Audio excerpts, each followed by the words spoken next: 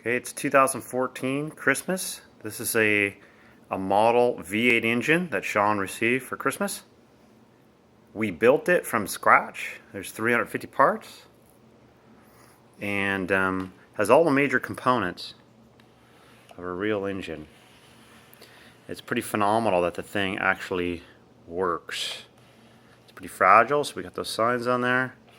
Obviously there's no electricity, there's no gas. So we crank the engine with this little crank over here. Look at the crankshaft and the pistons. Okay.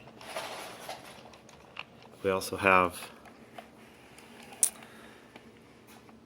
camshaft down in there. You see that moving around? Alright. How many valves do we have? 16 valves are firing, which is quite phenomenal. So, it's a pretty delicate little thing. How many hours did it take us, Sean? 12 hours? So, it took us 12 hours. Sean's a great builder.